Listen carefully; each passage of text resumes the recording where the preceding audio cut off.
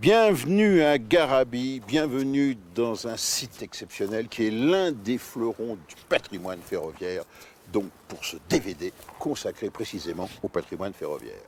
On l'a trop souvent oublié, le développement du chemin de fer en France a en quelque sorte bouleversé à la fois la géographie économique, en raccourcissant les distances, en permettant aux gens de se déplacer et de transporter de lourdes charges de longue distance, mais également a façonné la géographie elle-même.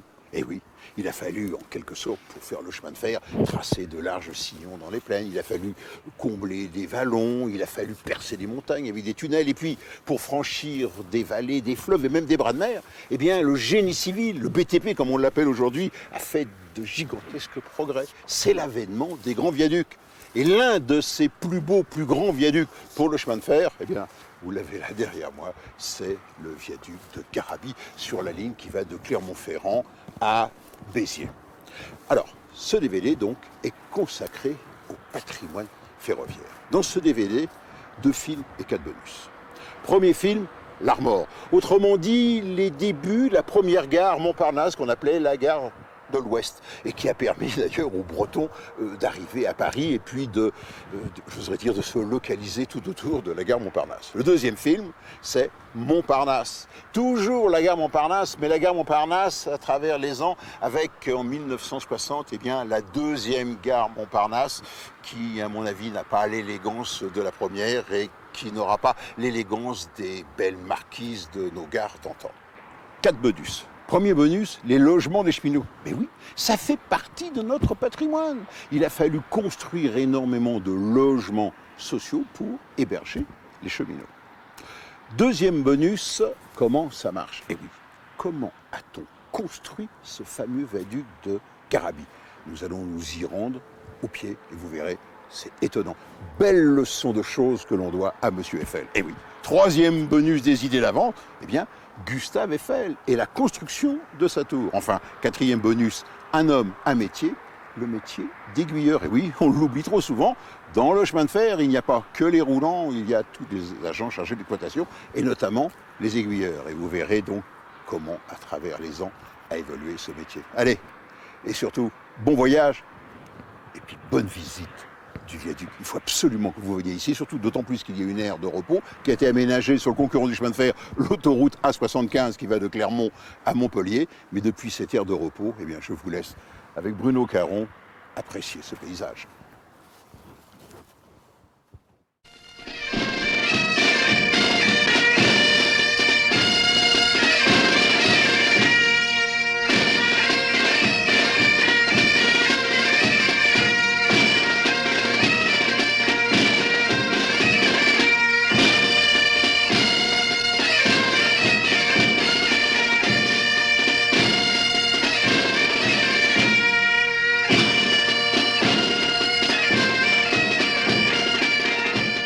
Dolmens et menhirs du temps des Celtes, calvaires et sanctuaires chrétiens.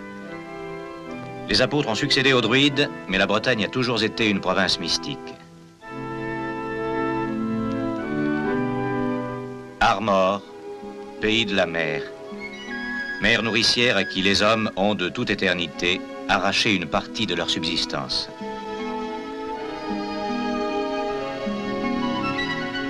Mer grandiose, parfois cruelle, mais toujours attirante, auprès de qui les citadins surmenés viennent retrouver force et santé. Arcoat, pays de la terre, lande mystérieuse, fief des corridans et des farfadets, mais aussi alluvions fertiles produisant en quantité toutes les primaires. Domaines morcelés, mais aussi vastes exploitations agricoles, fournissant d'abondantes récoltes de céréales et notamment de blé.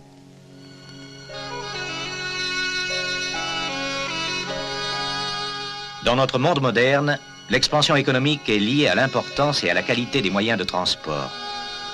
D'où l'intérêt pour la Bretagne de voir l'électrification déjà réalisée de Paris au Mans atteindre le chef-lieu d'Ille-et-Vilaine.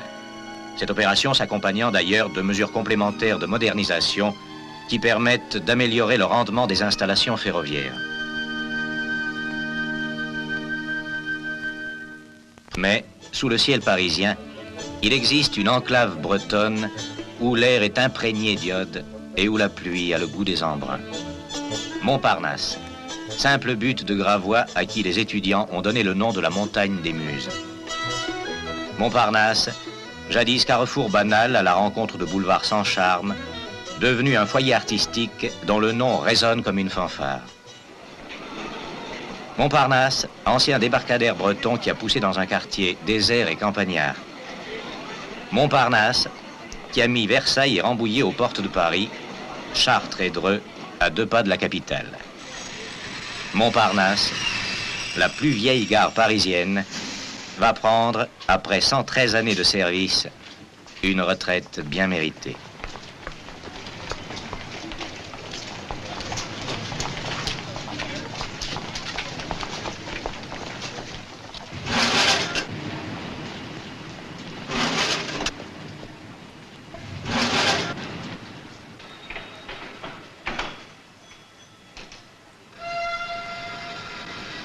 « 26 septembre 1965. Le dernier train de Montparnasse s'en est allé vers Bellevue et Versailles, laissant les halls déserts et les kiosques abandonnés.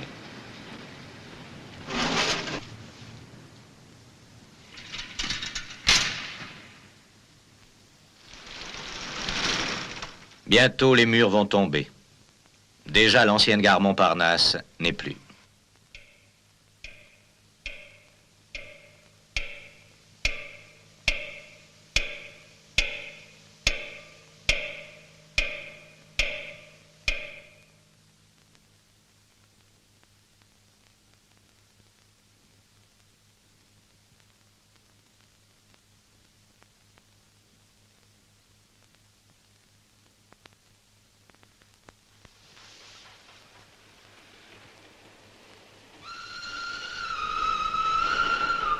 Il y avait tant de souvenirs attachés à cet édifice centenaire qu'il était devenu cher au cœur de plus d'un Parisien.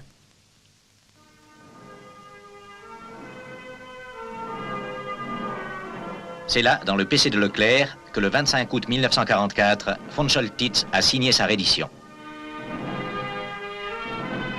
Pour reconstituer l'histoire du quartier, il n'est pas nécessaire de consulter les chroniques.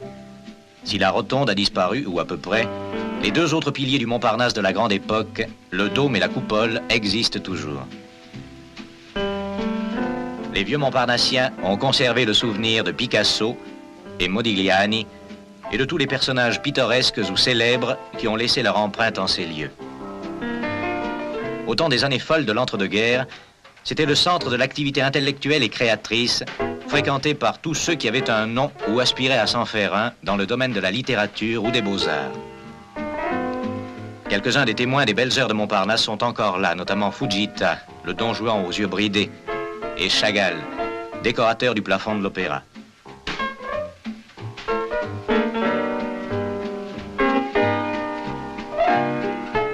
D'autres, par contre, nous ont quittés depuis longtemps, tel Georges Méliès, l'un des pionniers du cinéma, qui termina son existence en vendant des jouets dans la galerie marchande. Pendant la Grande Guerre, la gare Montparnasse fut un centre d'accueil et de transit pour les coloniaux. Au cours de la période antérieure, elle connut aussi quelques péripéties. Le 22 octobre 1895, l'express de Granville, lancé à 60 km à l'heure, ne put s'arrêter en gare, défonça le butoir et vint tomber sur la place de Rennes. Construite par l'architecte Lenoir, la gare qui va disparaître avait remplacé en 1852 l'embarcadère de Versailles, installé quelques années plus tôt à l'endroit même où s'élèvera bientôt la façade principale de la nouvelle gare. Depuis le 26 septembre 1965, tous les services voyageurs et bagages sont concentrés provisoirement dans la partie ouest du futur bâtiment.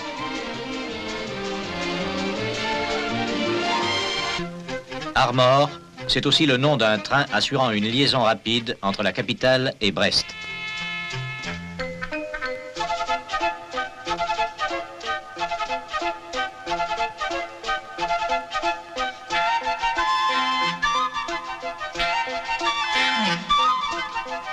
Les locomotives de l'artère Paris-Rennes utilisent aussi bien le courant 1500 volts continu que le 25 000 volts alternatif.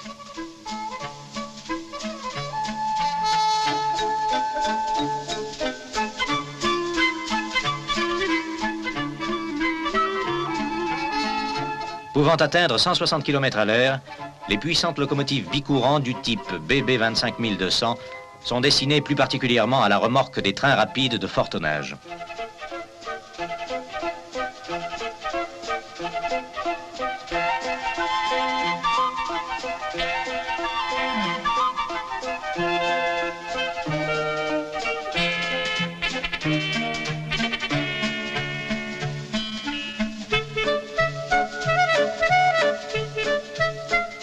L'Armor, composé de voitures en acier inoxydable de première et deuxième classe, permet de gagner 1 heure sur le parcours Paris-Rennes. Sur la même relation circule également le Goéland, qui présente des caractéristiques identiques et offre les mêmes conditions de confort et de rapidité. L'artère maîtresse de la Bretagne bénéficie donc en matière de transport de voyageurs d'une desserte aussi prestigieuse que celle assurée par le Sud Express, le Mistral ou le Brabant.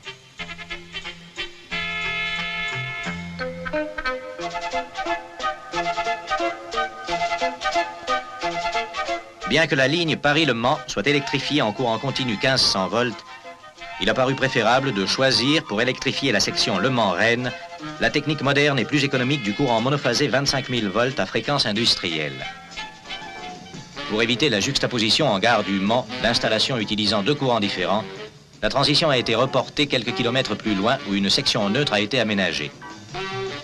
Le passage d'un courant à l'autre ne nécessite pas l'arrêt des trains, mais un simple changement de pantographe, la section neutre étant franchie sur la lancée du train.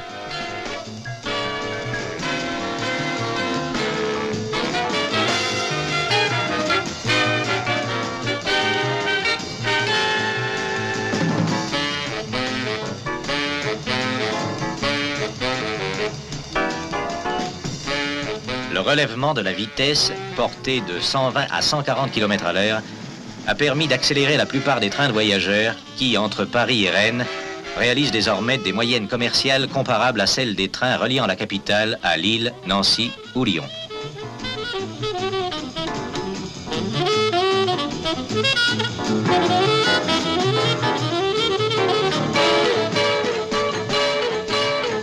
Il est maintenant possible d'accomplir dans la même journée un aller et retour entre la capitale et les extrémités de la Bretagne, ou inversement.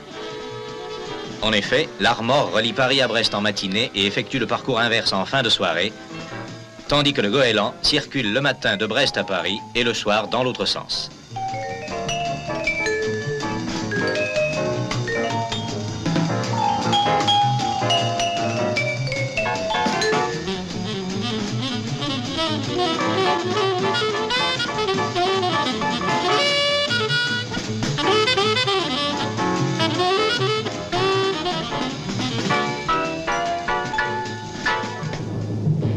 À Rennes, plaque tournante de la Bretagne, ces trains sont en correspondance avec l'autorail de Quimper.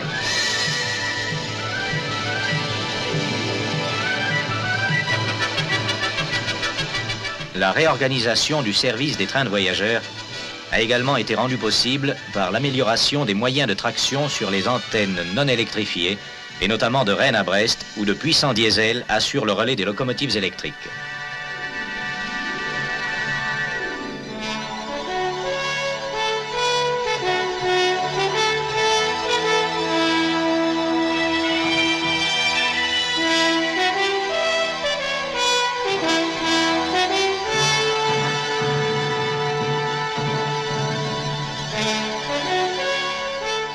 Grâce à l'électrification de l'axe Paris-Rennes et aux diverses modernisations qui l'ont accompagné, l'Armor et le Goéland relient Paris à Rennes en un peu plus de 3 heures à la vitesse commerciale de 122 km à l'heure.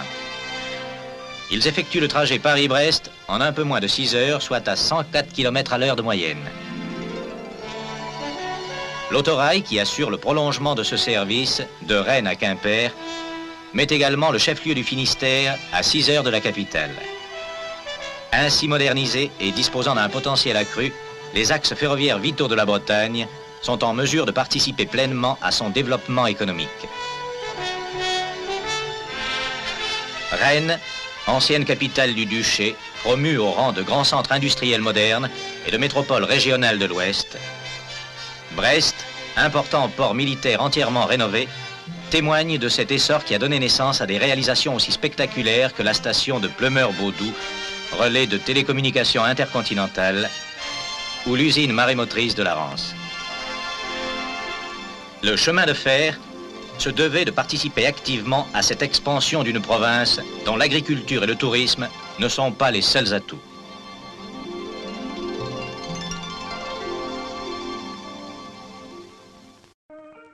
Montparnasse, où pendant un demi-siècle le rêve s'est ri de la misère, la farce du génie et le canular de la faim. Montparnasse, rendez-vous mondial des arts et de la poésie, tourbillon de fièvre, d'insolence, d'amour et de désespoir, d'où surgirent tant de peintres et de poètes qui rayonnent sur le monde.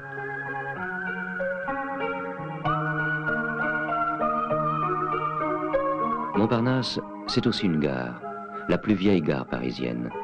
Située sur la place de Rennes, elle fut inaugurée en 1852 dans une forme architecturale que beaucoup critiquaient, mais que déjà certains regrettent. À partir de 1925, cette déjà vieille gare commença à ne plus répondre au développement du trafic. Successivement, des annexes furent édifiées pour assurer l'arrivée et le départ des trains de grande ligne. Il y eut pratiquement 3 gares, situation inconfortable pour l'usager et l'exploitation même du chemin de fer. C'est ainsi qu'en collaboration avec la ville de Paris, fut conçue l'opération Maine-Montparnasse. La gare est le noyau vital autour duquel s'édifieront par secteur des constructions privées, bureaux, logements et commerces, assurant ainsi la rénovation de tout un quartier.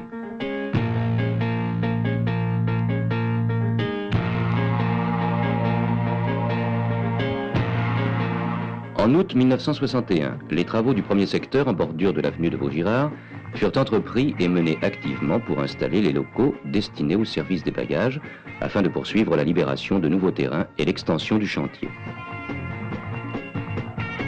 En mars 1965, on procéda à la démolition de la dernière partie de ce qui fut la gare de Maine-Arrivée pour aménager une gare provisoire installée dans une amorce du bâtiment futur.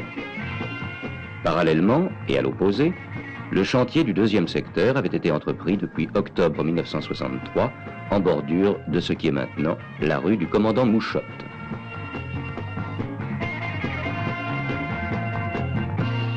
Le 26 septembre 1965, à la prise de service, la gare provisoire est ouverte aux usagers. La veille, l'ancienne gare vivait ses derniers moments avant d'être livrée aux entreprises de démolition.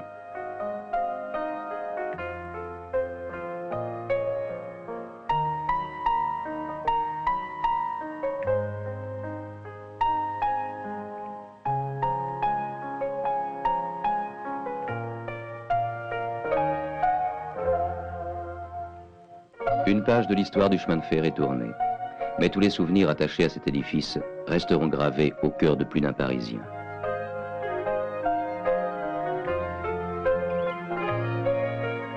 L'ancienne gare Montparnasse n'est plus. La gare provisoire offrait déjà quelques avantages aux usagers. Concentration maximum de services sur un même emplacement, regroupement de toutes les voies sur un même alignement. Elle fonctionna pendant toute la durée de construction du bâtiment définitif en bordure de l'avenue du Maine. Cette construction fut entreprise dès la dépose des voies desservant la vieille gare. Une excavation de grande dimension fut nécessaire pour loger les locaux techniques et les parkings.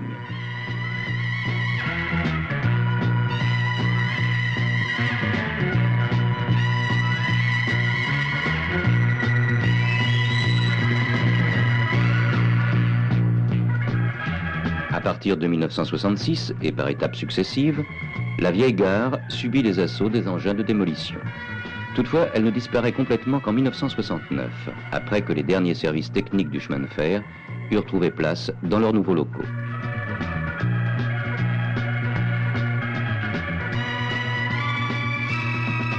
Le 5 mars 1969, la nouvelle gare, dans sa conception définitive, est mise en service.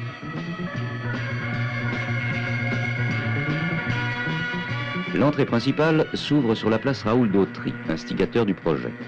La mise en souterrain de l'avenue du Maine a laissé cette place aux seuls piétons, la desserte de la gare par taxi et voitures particulières s'effectuant dans les espaces couverts intégrés au bâtiment depuis les rues latérales.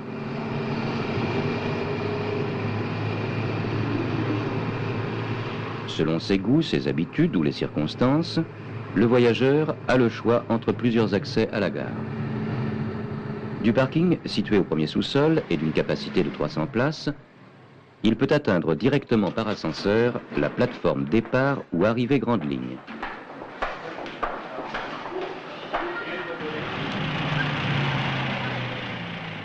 De l'arrivée des taxis, il entre directement au premier niveau de la salle des pas perdus.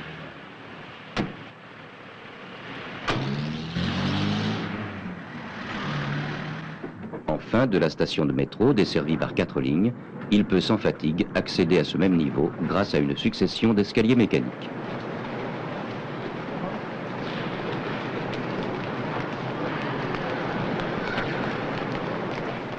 La salle des pas perdus se compose d'un vaste hall à 2 niveaux, reliés entre eux et à la plateforme des voies par des escaliers mécaniques, qui selon les générations en effarouchent encore certains, mais en enchantent d'autres.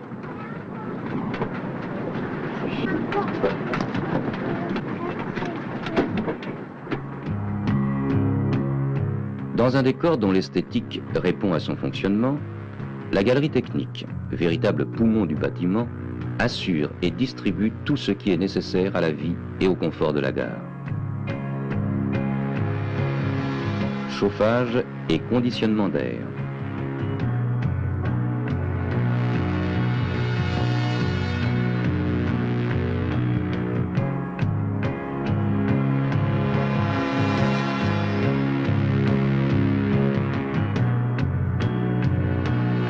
Énergie électrique prête à être secourue en cas de défaillance par de puissants groupes électrogènes.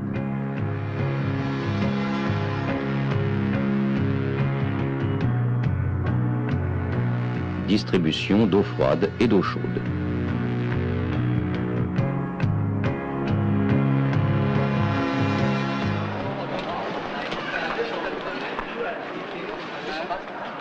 Dans la salle des pas perdus, à proximité de l'accès aux grandes lignes, les 30 guichets de distribution des billets, dotés de machines modernes qui délivrent rapidement des titres de transport, permettent de faire face aux pointes de trafic exceptionnelles, départ en vacances ou période de fête. Le bureau des informations et réservations de places a été conçu de façon rationnelle et agréable. Accueil, dispositif de téléappel,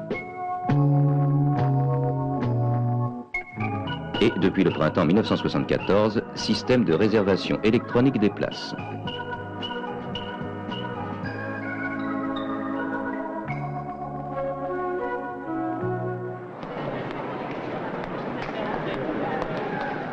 Centre de passage obligé, le hall est non seulement un point de rencontre ou d'attente, mais il peut être aussi un lieu de méditation, d'un bref regard sur le monde ou d'artisanat.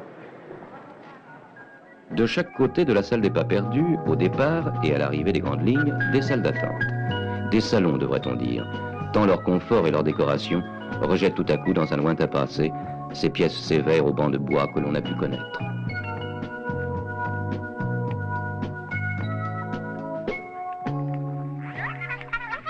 Dans chaque secteur d'activité, départ grande ligne, banlieue, arrivée grande ligne, on peut s'adonner aux joies du téléphone.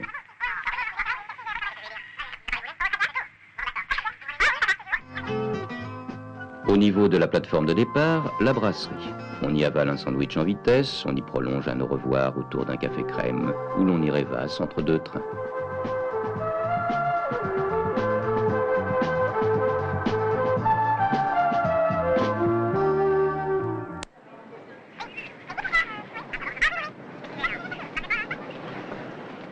Les motifs géométriques d'un des peintres modernes les plus célèbres, Vasarely, s'allient avec bonheur à l'architecture du bâtiment.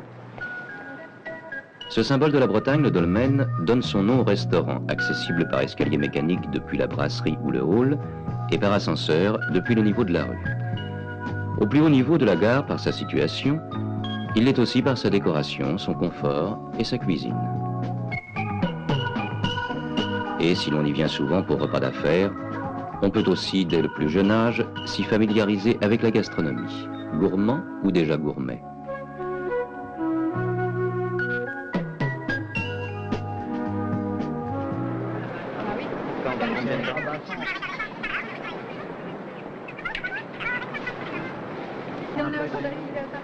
Dans l'ensemble Maine-Montparnasse et à proximité du hall d'entrée de la gare, une chapelle qui présente une caractéristique étonnante ailleurs qu'ici, les sculptures et le tabernacle ont été travaillés dans des traverses de chemin de fer.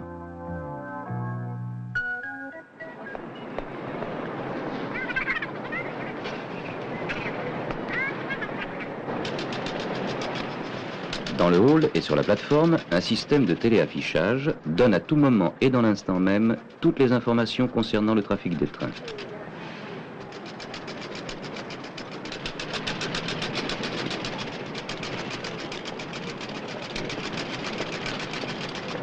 Au cœur même du quartier qui vit s'épanouir tant de peintres célèbres, il était normal de consacrer une salle aux artistes cheminots, dont les ambitions sont bien sûr plus modestes, mais dont l'amour de la peinture est sans doute aussi pur.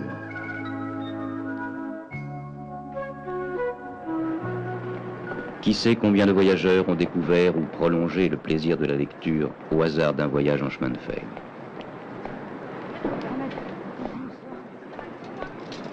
Le voyageur de banlieue, toujours pressé, évitera l'attente en prenant directement son billet dans un distributeur automatique.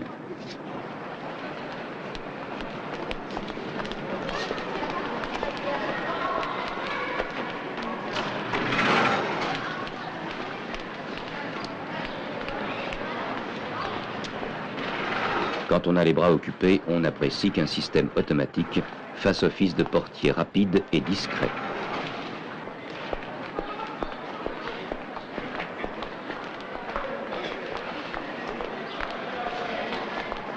Toutes ces commodités trouvent leur plein emploi à certaines périodes de l'année, au moment de forte affluence.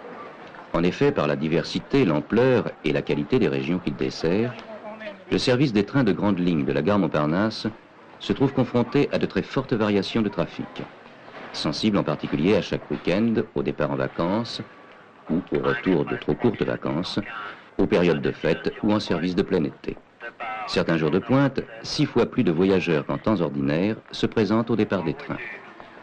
Desservant les provinces de l'Ouest, Maine, Anjou, Bretagne, une partie de la Basse-Normandie ainsi que les plages de Vendée, la nouvelle gare Montparnasse devait répondre à un trafic important et diversifié. L'équipement dont elle dispose désormais permet de satisfaire autant les exigences des voyageurs que celles des services techniques.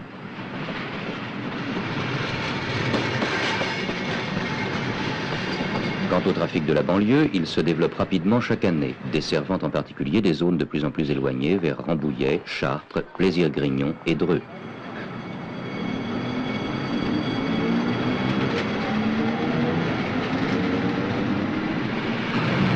La desserte de la ville nouvelle de Saint-Quentin en Yvelines y est également assurée.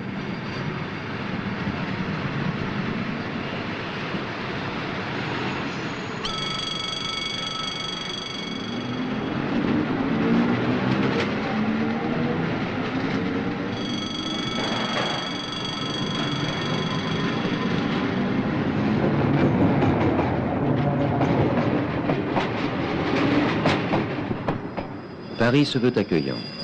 Il est normal que dès l'arrivée, la gare prépare cet accueil, ne serait-ce qu'en supprimant les petites tracasseries des bagages trop lourds, du taxi que l'on espère en vain, ou de la recherche sous la pluie d'une station de métro.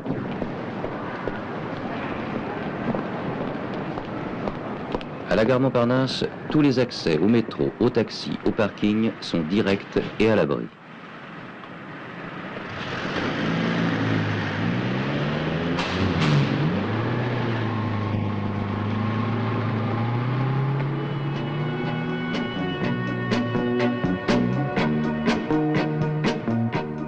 Dans l'alignement du boulevard Edgar Quinet, la déjà célèbre tour Montparnasse, décriée par les uns, admirée par certains, supportée par d'autres, équilibre par ses 209 mètres de haut et ses 58 étages l'ensemble de volumes horizontaux qui enserrent les voies ferrées.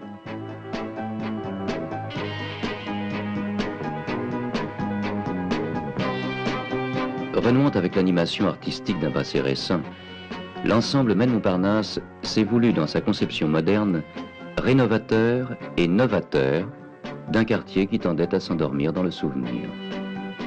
Répondant à la fois à un problème ferroviaire et à une opération d'urbanisme, il a pour ambition d'impulser la vie de cette partie de la rive gauche de la Seine. Et qui sait, si dans des formes nouvelles et un esprit nouveau, Montparnasse ne retrouvera pas sa célébrité d'autrefois.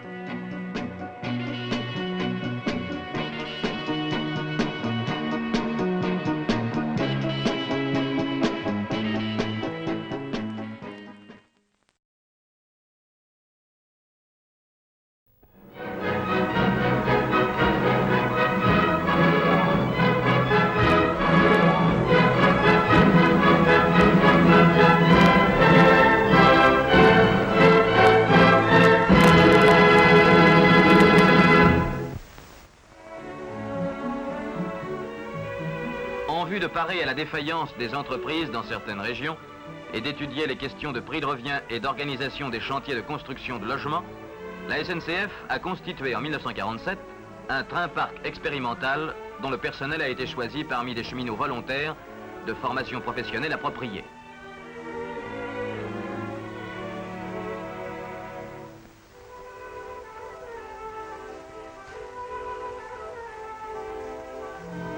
Par ces équipes de cheminots, de janvier à novembre 1947, 13 logements ont été édifiés au Joncherolle, sur la banlieue nord de Paris. Et les résultats de cet essai jugés très satisfaisants. L'expérience a été poursuivie. À Toul, 13 logements furent construits. 14 à Port-Saint-Louis-du-Rhône, 22 à Chalindrey. Et à Saint-Dié, 17 logements virent ainsi le jour.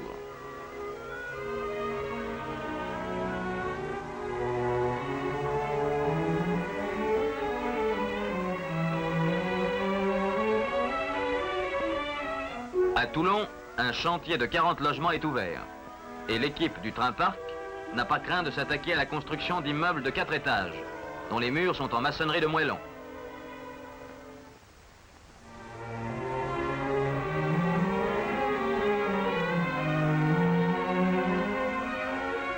Ces chantiers témoins ont fait apparaître l'intérêt que présente l'étude préalable de tous les détails d'exécution, de l'approvisionnement ordonné des matériaux et de l'organisation rationnelle du travail.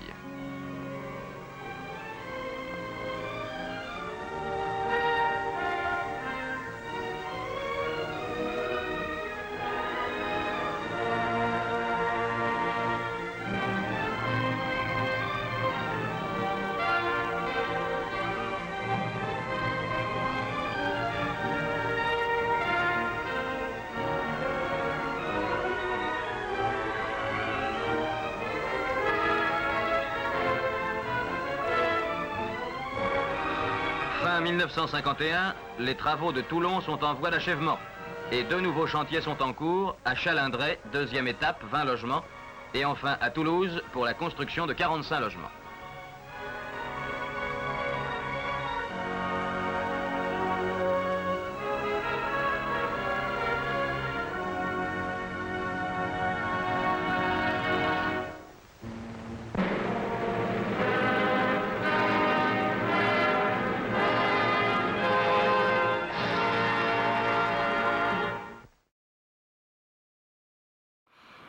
Faisons donc un petit retour en arrière. Nous sommes dans les années 1860. Il faut relier 2 régions. L'Auvergne qui commence à être desservie par le chemin de fer, autrement dit le chemin de fer quitte Paris et descend vers le sud, vers Clermont-Ferrand. Et puis le Languedoc avec la remontée du chemin de fer de Béziers en direction de Paris. Pourquoi? Parce qu'il fallait ramener le charbon et le vin de l'Hérault à Paris. Et voilà donc 2 lignes de chemin de fer qui vont aller à la rencontre de l'une de l'autre. Et il manquait une portion qui allait de Neussargues à Marvejols. Seulement voilà, si la décision a été prise de faire cette portion de ligne, il y avait un obstacle majeur. D'une part, il y avait des rampes de 35 mm par mètre, qui fait que cette ligne est très dure, a été reconnue comme très dure par les cheminots avec la vapeur. Mais deuxièmement, vous voyez, il fallait franchir une gorge, la gorge La Truyère. La Truyère, c'est une petite rivière, c'est un affluent du Lot, mais vous voyez, tout de même, cette gorge fait 565 mètres d'ouverture et à peu près 120 mètres de profondeur.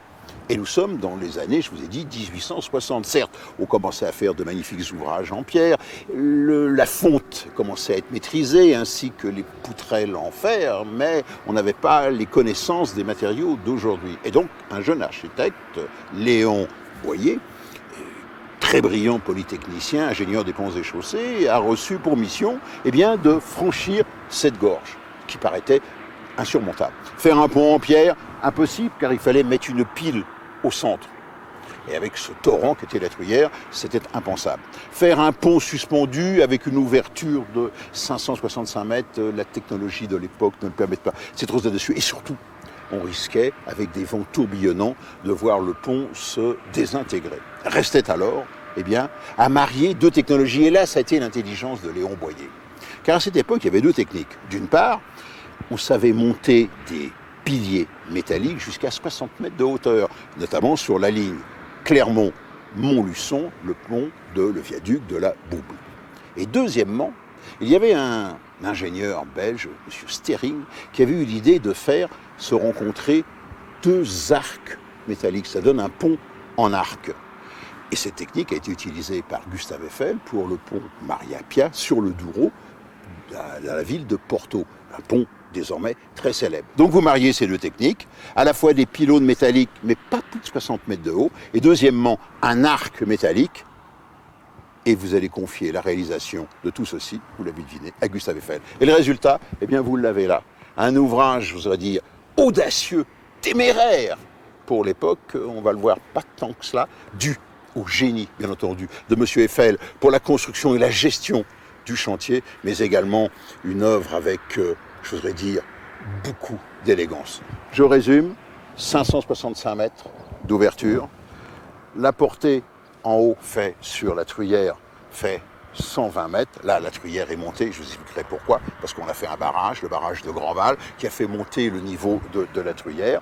Et puis, entre les deux arches, vous voyez, il y a une portée de l'ordre de 160 mètres. Bref, magnifique ouvrage qui a été en quelque sorte, je voudrais dire, le chef-d'œuvre de M. Eiffel avant, bien entendu, la Tour Eiffel. Alors, pour voir comment il l'a construit, eh bien, vous allez me suivre avec Bruno Caron. On va aller en barque, en bateau, sous le pont. Avant de voir comment ça marche, ou plutôt comment a été construit le viaduc, et c'est la question qui revient tout le temps ici, mais comment ont-ils pu faire en 1880, de 1880 à 1884 pour réaliser ce chef-d'œuvre de la technique? Eh bien, je vous propose, et vous voyez, nous sommes sur l'eau, des vues absolument étonnantes. Nous sommes à bord du bateau, et le commandant de bord, c'est Serge.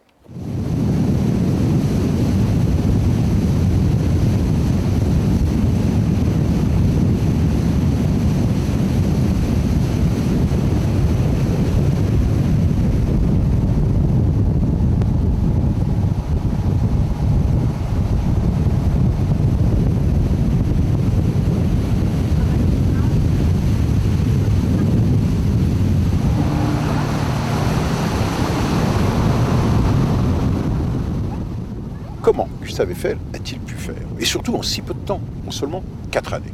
N'oublions pas que Gustave Eiffel, fabuleux ingénieur, extrêmement astucieux, qui savait prendre les idées à droite à gauche, et notamment les idées de ces ingénieurs dans le bureau d'études, était un gestionnaire de chantier. Donc la première des choses, regardez bien, l'ouverture, vous voyez, c'est 165 mètres.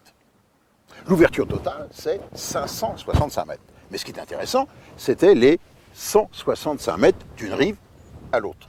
Donc il a commencé d'abord par faire une passerelle au niveau de l'eau, à 30 mètres au-dessus de l'eau. Pourquoi? Pour pouvoir relier le sud au nord, pour permettre le transport des matériaux. Car tout se faisait sur la route à l'aide de fardiers tirés par, non pas des chevaux, mais des bœufs. Donc, une passerelle pour le travail. Ensuite, on a élevé en amont et en aval, on a commencé à faire des viaducs en maçonnerie qui sont faits en granit. Et après, il a fallu réduire l'espace, c'est-à-dire s'approcher des fatidiques 165 mètres. Donc il a élevé sur des culées en maçonnerie 1, 2, 3, 4 piliers et un 5e pilier. Ces piliers sont des piliers métalliques qui sont construits suivant la structure Eiffel. Regardez bien, ce sont simplement que des cubes, vous voyez, empilés les uns sur les autres et qui, dans la section, va en diminuant. Et ces cubes sont des cubes qui sont entretoisés sur les façades et contreventés à l'intérieur en diagonale par une poutrelle. Ça vous rappelle rien? Eh bien, regardez ces images de la Tour Eiffel. C'est exactement la technologie que Gustave Eiffel a utilisée pour la Tour Eiffel. Mais là, en quelque sorte, il s'est rodé. Donc, on en est arrivé au maximum, ici, à 60 mètres de haut. Après, eh bien, on a construit le tablier métallique et il a utilisé la technique que l'on appelle du pont poussé. C'est-à-dire, au fur et à mesure que l'on construisait la travée métallique, qui n'est rien d'autre qu'un caisson métallique, eh bien, à l'aide de vérins, on la poussait à raison de 8 cm par heure. Et on est arrivé, donc, à ces deux piliers avec un léger porte-à-faux. Et c'est là où a commencé la réalisation de l'arc. 2 branches d'arc qui ont été construites sur place, alors que au viaduc sur le Douro, ça a été amené par la rivière. Donc là, il a fallu tout assembler, morceau après morceau, exactement comme la Tour Eiffel. Et on se servait donc de bigues, de grues qui étaient placées, des treuils qui étaient placées sur les piliers en maçonnerie, avec un renvoi de câble. Et pour pas que ces arcs tombent évidemment sur leur propre poids, ils étaient retenus par un faisceau de 12 câbles reliés à Détroit. Puis on est arrivé au point final, au clavetage. Une fois qu'il y a eu le clavetage, eh bien, il suffisait de pousser les 2 travées métalliques pour obtenir le clavetage final. Voilà, le tour de force, j'oserais dire, était réussi. Mais quelle merveille!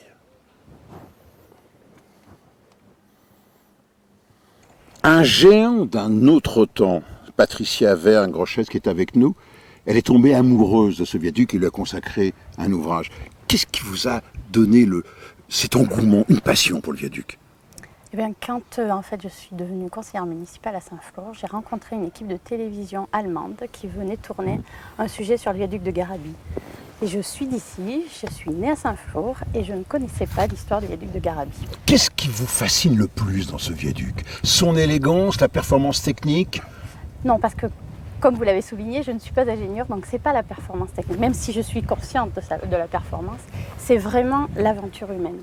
Ici, il n'y avait rien, donc il a fallu implanter un village. Il y a 200 Italiens qui sont venus travailler ici, 200 Français et des gens des alentours qui étaient là. C'est quelque chose d'extraordinaire. Ils ont construit tout ça à Levallois-Perret, ils l'ont amené jusqu'à la gare de Neussargues. En pièces détachées, oui. En pièces détachées, exactement. Ils ont monté, comme un mécano géant, le viaduc ici, alors qu'il n'y avait rien. Mais je trouve que c'est fantastique. On est inquiet sur l'avenir du viaduc. Pourquoi ? Le rail aujourd'hui n'a pas franchement le vent en poupe malgré les surtout directives. Cette ligne, enfin la ligne Béziers-Neussargues, oui. Clermont.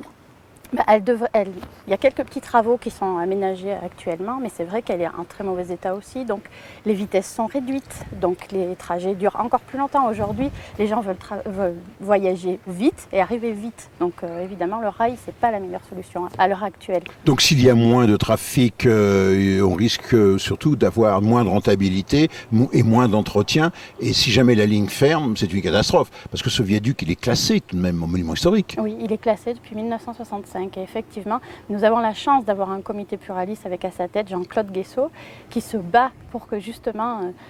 c'est un Biterrois aussi, hein, Jean-Claude. Oui. Et il a été cheminot ici. Et il a été cheminot ici. Sa carrière a débuté ici, à Saint-Flour d'ailleurs. Et heureusement, il se bat pour cette ligne. Et de toute façon, c'est vrai que cette ligne, c'était pas la plus rentable dès le départ, puisque c'est une des dernières qui a été établie en France. Et vous le savez mieux que moi, au départ, les compagnies qui étaient des compagnies privées, puisqu'il n'y avait pas de SNCF à l'époque, se battaient pour essayer d'avoir le meilleur morceau qui rapportait le plus. Et là, c'était la Compagnie du Midi, et qui d'ailleurs l'a électrifiée la première en 1939. Donc vous êtes tout de même inquiète pour l'avenir de ce viaduc? Oui, pour l'avenir de la ligne, oui. Et bien alors souhaitons-lui bonne chance et puis surtout que vous lui consacriez encore de si beaux ouvrages. Merci.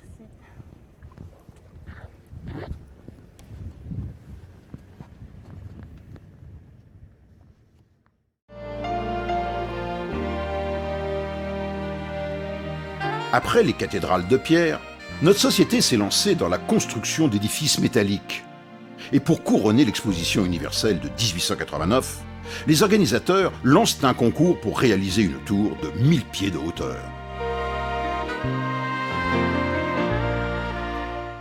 Gustave Eiffel, brillant ingénieur, relève le défi, car il a l'expérience des grands ponts et des grands viaducs. Voici les secrets de la réussite de Gustave Eiffel. Premièrement, la légèreté de l'édifice. Seulement 7300 tonnes de ferraille. Autrement dit, la tour est plus légère que le poids de l'air contenu dans le cylindre qui la contiendrait. Enfin, si on fondait tout le fer de la tour, il représenterait une plaque de 125 mètres de côté et seulement 6 cm d'épaisseur. Deuxièmement, avec ses gros pieds carrés de 24 mètres de côté, la charge au sol n'est que de 3 à 4 kg par centimètre carré, c'est-à-dire la même pression que celle exercée par un homme assis sur une chaise. Troisièmement, Eiffel savait que l'ennemi des grandes tours était le vent, d'où l'idée d'une structure perméable à l'air, d'une forme pyramidale qui réduit la prise au vent en altitude. Quatrièmement, un chantier de montage le plus léger possible. Les 18 000 pièces ont toutes été préfabriquées dans l'atelier d'Eiffel situé à Levallois-Perret au nord-ouest de Paris, puis acheminées sur place et assemblées par 2 500 000 rivets. Cinquièmement, Pour des raisons d'économie, Gustave Eiffel a utilisé du fer pudelé et non pas de l'acier. C'est ce qui a sauvé la tour de la corrosion et qui fait que 100 ans après, elle est toujours debout. Maintenant, suivez le guide. Au sous-sol, les pieds reposent sur des massifs en maçonnerie. Un pied est formé par 4 poutres, appelées arbalétriers. Il monte jusqu'au sommet. C'est la colonne vertébrale de la tour. Chaque arbalétrier est solidement boulonné aux fondations. Quand on prend l'ascenseur, on prend immédiatement conscience de la dentelle de métal que représente cet édifice. Formidable mécano, dont les pièces ne mesurent que 5 mètres de long. Elles sont uniquement constituées d'un assemblage de fer plat et de cornières. Le tout a été monté en 2 ans, 2 mois et 5 jours, avec au maximum 250 ouvriers sur le chantier. Entre le 2e et le 3e étage, les ascenseurs montent à la verticale sur 161 mètres dans une dentelle de métal. Arrivé au sommet, à 276 mètres, le visiteur découvre Paris et sa banlieue, jusqu'à 50 km. Par grand vent, la tour oscille seulement de 9 cm et peut se tordre de 18 cm sous l'action du rayonnement du soleil et de ses calories. La tour, c'est aussi un village où travaillent en permanence plus de 250 personnes. Chaque matin, avant l'ouverture au public, des équipes inspectent tous les systèmes de sécurité. Tous les 5 ans, il faut 50 tonnes de peinture. On y trouve 2 restaurants, un bureau de poste, ainsi que des boutiques. Venez donc rejoindre les 6 millions de visiteurs qui viennent chaque année du monde entier admirer ce que le génie humain a fait de plus beau, de plus téméraire à la fin du 19e siècle.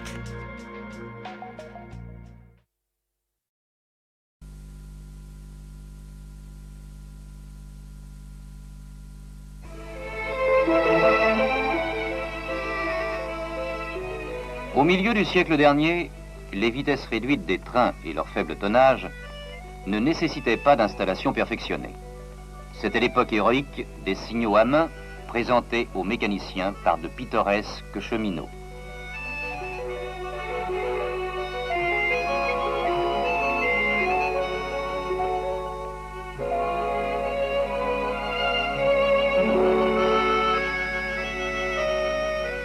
À l'origine, les aiguilles et les signaux étaient manœuvrés sur place. Puis il parut commode de grouper les leviers de commande, d'une part pour accélérer les opérations, d'autre part pour faciliter la réalisation des enclenchements.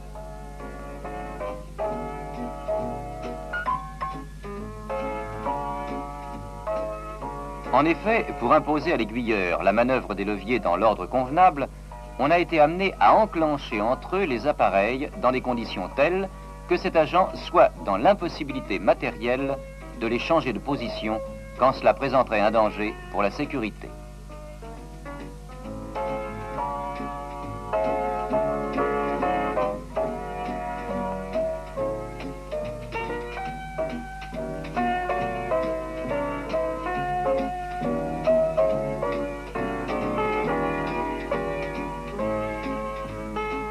Dans les premiers postes à commande mécanique, la manœuvre des aiguilles et signaux était faite par l'intermédiaire de tringles ou de fils métalliques entraînés directement par les leviers actionnés par l'aiguilleur.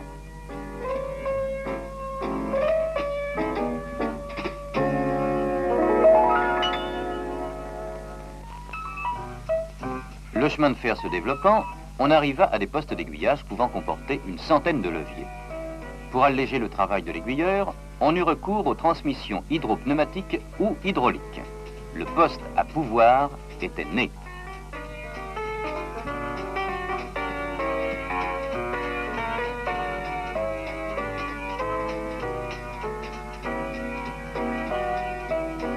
Puis, on munit les aiguilles et les signaux de moteurs. Ayant ainsi supprimé l'effort physique, on put manœuvrer d'un seul coup de levier tous les appareils, signaux et aiguilles composant un itinéraire. De là naquit le poste à levier d'itinéraire qui resta pendant près de 40 ans une spécialité française.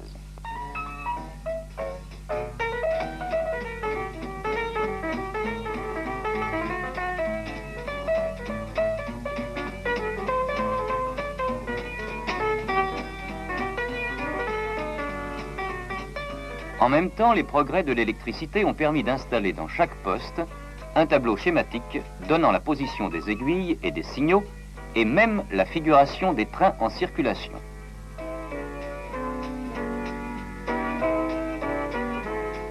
Enfin, des dispositifs électriques ont été conçus pour empêcher matériellement l'aiguilleur d'accomplir un geste qui pourrait compromettre la sécurité du fait qu'un signal ou une aiguille n'aurait pas obéi à la manœuvre de son levier.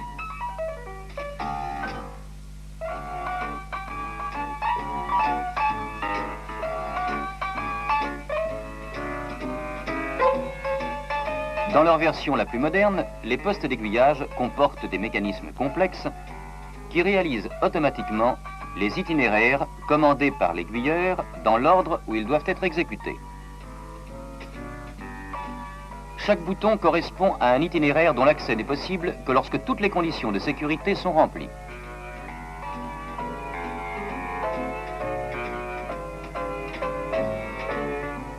Un tableau de contrôle optique permet de surveiller la position des appareils, l'occupation des voies et le déplacement des convois.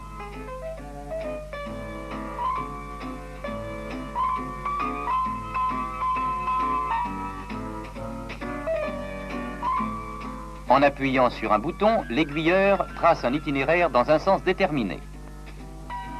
En tirant sur le même bouton, il réalise l'itinéraire de sens contraire. Dans la plupart des postes modernes, l'aiguilleur peut commander à l'avance plusieurs itinéraires. Lorsqu'un itinéraire n'est pas immédiatement réalisable, le poste conserve la commande en mémoire et le voyant correspondant s'allume en clignotant.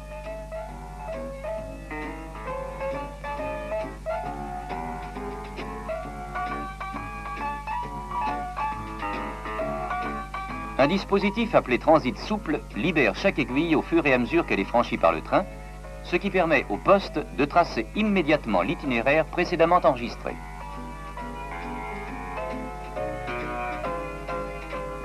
Ainsi, toute défaillance humaine est pratiquement éliminée et le poste d'aiguillage moderne est devenu un véritable robot au service de l'aiguilleur.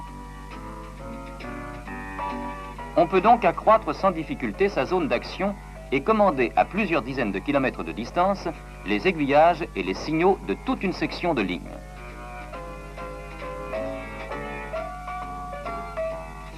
Plusieurs installations de ce genre sont en service sur la SNCF et les plus récentes sont presque entièrement électroniques.